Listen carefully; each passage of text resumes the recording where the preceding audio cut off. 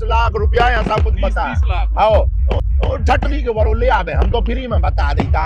30 लाख के चैलेंज में फंस गए बागेश्वर बाबा। आर या पार के इस चैलेंज में जब बागेश्वर बाबा को सामने लाया गया तो उन्होंने कुछ ऐसा किया जिसे सुनकर आपके रोंगटे खड़े हो जाएंगे। आसाराम बापू से लेकर निर्मल बाबा तक हमारे देश ने एक से बढ़कर एक साधु बाबाओं को देखा है, लेकिन इस वक्त हर जुबान पर सिर्फ एक ही नाम है और वो है बागेश्वर बाबा का, यानी कि धीरेन्द्र कृष्ण शास्त्री का। एक ऐसा 26 साल का नौजवान जो देखने में किसी फिल्मी हीरो की तरह लगता है, लेकिन उनके कारनामे और बोलने का अंदाज बड़े बड़ों को चक्कर में डाल देता है। पर फिलहाल तो दोस्तों बागेश्वर बाबा खुद चक्कर खा रहे हैं और पुलिस इनके पीछे पड़ी है। तो क्या है पूरा मामला और क्यों बागेश्वर बाबा चर्चाओं का विषय बने हुए हैं, आइए जानते हैं। दोस्तों ये बात तो जगजाहिर है कि बागेश्वर बाबा जो लोगों की मन की बात जानकर उनकी समस्याओं का हल कर देते हैं और उसे पर्चे में लिख देते हैं, इसके चलते वो काफी ज्यादा ट्रेंड पर चल रहे हैं। इनकी वीडियोस हर रोज वायरल होती है और लोग इन्हें सुनना देखना पसंद करते हैं। लेकिन वो कहते हैं ना, मीठा ज्यादा हो तो चींटियां लगने ही लगती हैं, और ऐसा ही कुछ हाल बागेश्वर बाबा के साथ भी है। तभी तो अलग अलग क्षेत्रों से लोग इन्हें बदनाम करने के लिए सामने आ रहे हैं कि क्या ये बाबा लोग वास्तविक हैं? कुछ इन्हें खुला चैलेंज कर रहे हैं तो कुछ इनकी विद्या पर शक कर रहे हैं, फर्जी हैं, धोखेबाज हैं। अभी एक टीवी शो के दौरान माइंड रीड करने वाली सुहानी ने कहा कि धीरेन्द्र शास्त्री अगर हमारी तरह दिमाग पढ़ते हैं तो इसमें कोई बुराई नहीं है, लेकिन इस कला को भगवान की कृपा कहकर लोगों के बीच अंधविश्वास फैलाना ये बहुत गलत है। और बात यहीं पे खत्म नहीं होती है। महाराष्ट्र में अपने एक कार्यक्रम के दौरान जब धीरेन्द्र शास्त्री नागपुर पहुंचे तो वहां की कमेटी ने इनके ऊपर अंधविश्वास फैलाने का आरोप लगाया और खुलेआम ये चैलेंज किया कि आप जो जादू और चमत्कार लोगों के सामने अपने धाम में दिखाते हैं, वही चमत्कार आप हमारे सामने दिखाइए। अगर आप सही हुए तो आपको हम 30 लाख रुपए देंगे। अच्छा, लेकिन कमेटी वालों का कहना है कि धीरेन्द्र शास्त्री इस चैलेंज से इतना ज्यादा डर गए हैं कि वो वापस लौट गए। इसके बाद महाराष्ट्र की उस कमेटी के श्याम मानव ने धीरेन्द्र शास्त्री के खिलाफ पुलिस कार्रवाई की मांग की। धीरेन्द्र कृष्ण महाराज कंप्लेंट दी थी एसीपी नागपुर के, और कहा कि पुलिस अगर कार्रवाई नहीं करेगी तो वो लोग आंदोलन करेंगे, क्योंकि महाराष्ट्र के कानून में अंधविश्वास फैलाना बहुत ही बड़ा जुर्म माना जाता है, जिसके तहत धीरेन्द्र शास्त्री को गिरफ्तार किया जाना चाहिए। धीरे धीरे महाराष्ट्र के नागपुर से निकली ये बात पूरे भारत में फैल गई, जिसके बारे में कई सारे लोग धीरेन्द्र शास्त्री से सवाल जवाब करने लगे, जिसके जवाब में बागेश्वर धाम सरकार ने कहा है कि हम बीच में कथा छोड़कर भागे ये बोलना बंद कर दें। हमारी कथा 7 दिन तक की ही थी, डेट घोषित कर दी थी कि हम केवल 7 दिन की कथा करेंगे। लेकिन लोग विश्वास क्यों करेंगे? भारत में साधु महात्माओं की इज्जत का ऐसा फालूदा हुआ है कि चाहकर भी धीरेन्द्र शास्त्री पर विश्वास नहीं कर पा रहा था कोई। बड़ी बड़ी मीडिया कंपनी लगातार उनके चमत्कारों पर सवाल उठा रही थी और इन्हीं सारी चीजों से तंग आकर एक दिन बागेश्वर धाम सरकार ने सभी को अपने दरबार में बुलाया और कहा कि मैं नहीं बताऊंगा कि किसकी अर्जी लगी है। स्वयं छट जाइए, देखो नहीं तो विरोध होगा, नहीं तो ये कहेंगे तुझी किससे सेटिंग है। आप लोग खुद अपने लोगों को खड़ा करिएगा और मैं उनकी परेशानियां और उनके मन की बात पहले से ही कागज पर लिख दूंगा, और आप जिसको बहन जी लेकर आएंगे उसी का पर्चा ये निकलेगा। और जब ये चीज हुई तो हर कोई देखता रह गया। आपने अपनी समस्या बताई थी क्या? अपना नाम बताया था क्या?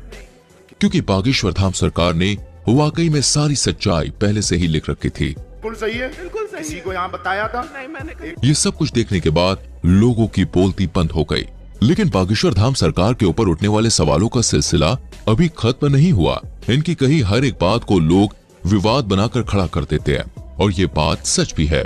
आज बागेश्वर धाम सरकार इतना बड़ा नाम बन चुका है कि जो कोई भी इनका नाम लेता है वो खुद ही फेमस हो जाता है।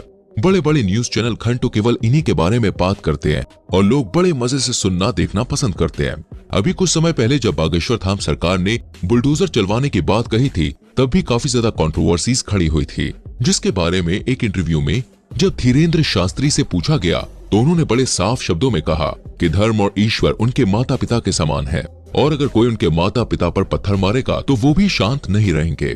धीरेन्द्र शास्त्री की इन बातों से साफ जाहिर होता है कि वो लोगों के सामने किसी फिल्टर के साथ नहीं आते हैं, बल्कि जो अंदर से है वो बाहर से भी दिखाते हैं। तभी तो ये आए दिन विवादों में घिरे रहते हैं, और कुछ लोग तो ये सोच कर ही हैरान है कि आखिर एक 26 साल का नौजवान शख्स इतना ज्यादा लोकप्रिय कैसे हो गया। कैसे करोड़ों लोग आज उसके भक्त हैं और उसके धाम पर लोगों की लंबी लाइन लगी रहती है। तो दोस्तों इसका सीधा सा जवाब है ईश्वर की कृपा। जी हाँ, वो कहते हैं ना, ऊपर वाला अगर किसी पर मेहरबान हो जाए तो मिट्टी भी सोने में बदल जाती है। और धीरेन्द्र शास्त्री तो खुद को बालाजी महाराज यानी कि हनुमान जी का सबसे बड़ा भक्त कहते हैं। मध्य प्रदेश के छोटे से गांव में जन्म लेने वाले धीरेन्द्र शास्त्री के दादाजी भी पूजा पाठ का काम करते थे और बागेश्वर धाम लगाते थे, लेकिन इनके दादाजी उतनी प्रसिद्धि प्राप्त नहीं कर पाए जितनी आज धीरेन्द्र शास्त्री ने कर रखी है। इनके पास कुछ ऐसी शक्तियां हैं जिनकी मदद से आज ये सामने मौजूद व्यक्ति के बिना बताए ही उनकी परेशानियों को समझ जाते हैं और उसे पर्चे में लिख देते हैं। बागेश्वर बाबा ये तक समझ जाते हैं कि सामने वाला सच कह रहा है या फिर नहीं। उनके द्वारा पर्चे में लिखा गया एक एक शब्द 100% सत्य होता है, जिसका सबसे बड़ा प्रमाण यह है कि आज तक इन्हें कोई भी झूठा साबित नहीं कर पाया है। मीडिया से लेकर पुलिस वालों तक लोगों ने इनके खिलाफ खूब बातें की, लेकिन उन बातों को साबित करने की हिम्मत आज तक किसी में नहीं हुई। असल में होता यह है कि जिस किसी भी शख्स की अर्जी को बालाजी सरकार स्वीकार कर लेते हैं, उस व्यक्ति को या तो उसके परिवार के किसी भी व्यक्ति को लगातार 2 दिन सपने में बंदर नजर आते हैं। और ये कोई कहीं सुनी बात नहीं है दोस्तों, बल्कि जितने भी लोग अर्जी लगाने आते हैं उन्होंने खुद इस बात को स्वीकार किया है। लेकिन अब मीडिया वाले कहाँ लोग कि भाई बात मानेंगे, उन्हें तो हर चीज का सबूत चाहिए होता है। इसलिए कई सारे मीडिया हाउस वाले बागेश्वर बाबा के दरबार में भक्त बनकर भीड़ में इकट्ठा हो जाते हैं ताकि देख सकें कि धाम के अंदर असल में होता क्या है। लेकिन चमत्कार देखिए, जब जब मीडिया वाले दरबार में आए तब तब बाबा उन्हें पहचान लेते हैं और उनके पोल सभी के सामने खोल कर रख देते हैं। ये सब कुछ देखने के बाद मीडिया वाले भी बाबा के सामने घुटने टेक देते हैं और चुपचाप वहां से 9-2-11 हो जाते हैं। ये चीज 1-2 नहीं बल्कि सैकड़ों बार बागेश्वर धाम सरकार के दरबार में हो चुकी है। बागेश्वर धाम एकमात्र ऐसा धाम है जिसने साइंस और टेक्नोलॉजी के भी होश उड़ा कर रख दिए हैं और लोग अभी भी सोचने पर मजबूर हैं कि आखिर ये सब कैसे हो सकता है, क्योंकि अगर धीरेन्द्र शास्त्री से पूछा जाए तो वो साफ कहते हैं कि ये सब कुछ उनके दादाजी और हनुमान जी की कृपा की बदौलत है। ईश्वर उन्हें शक्तियां देते हैं जिससे वो लोगों के मन की बात को समझ जाते हैं और उन्हें दूर कर पाते हैं। और ये सब कुछ अचानक से नहीं हुआ, बल्कि दोस्तों इन शक्तियों को प्राप्त करने के लिए धीरेन्द्र शास्त्री ने सालों तक हनुमान जी की तपस्या करी। 12 साल के उम्र से ही धीरेन्द्र शास्त्री बालाजी के ध्यान में लग गए और उनकी सेवा करने लगे, जबकि पूजा पाठ के कामों में वो बचपन से ही लगे रहते थे। आज ये उस स्तर पर पहुंच गए हैं जहां इन्हें हर लोगों के मन की बात को समझने में बिल्कुल भी समय नहीं लगता। ये जो कुछ भी कह देते हैं वो पत्थर की लकीर हो जाता है, जिसका सच होना तय है और इसका कई बार उदाहरण भी देखा जा चुका है। हालांकि अगर हम बागेश्वर धाम की बात करें तो दोस्तों इसका इतिहास बहुत पुराना है। लोगों की मान्यताओं के अनुसार बागेश्वर धाम मंदिर चंदेल कालीन युग का है। सन 1986 में ग्रामवासियों के द्वारा मंदिर का निर्माण किया गया था। उसी दौरान ग्रामगढ़ा में बाबा सेतुलालगढ़ चित्रकूट से दीक्षा लेकर अपने गांव के प्राचीन कालीन मंदिर पहुंचे। पहले तो इन्होंने राम कथा करी और फिर ये झाड़ फूक का भी काम करने लगे। लोगों के अंदर मौजूद बुरी शक्तियों को अपनी एक फटकार से ये भगा दिया करते। लोगों का कहना है कि जो कोई भी भूत प्रेत की शिकायत लेकर उनके दरबार में जाता था वो हमेशा हमेशा के लिए ठीक हो जाता था और इसी वजह से बागेश्वर धाम लोकप्रिय होता चला गया।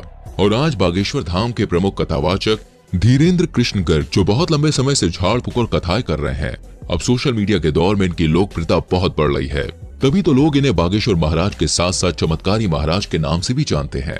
वर्तमान समय में धीरेन्द्र कृष्ण सरकार मध्य प्रदेश में ही अपना दरबार लगाते हैं और लोगों की समस्याओं का समाधान करते हैं। बागेश्वर धाम महाराज ने बचपन से ही रामायण और महाभारत जैसे महाकाव्यों का अध्ययन किया था।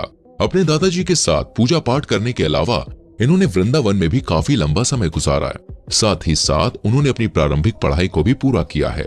इनका कथा बोलने का अंदाज काफी ज्यादा निराला है, जिसे सुनकर लोगों की आंखों से आंसू निकल आते हैं।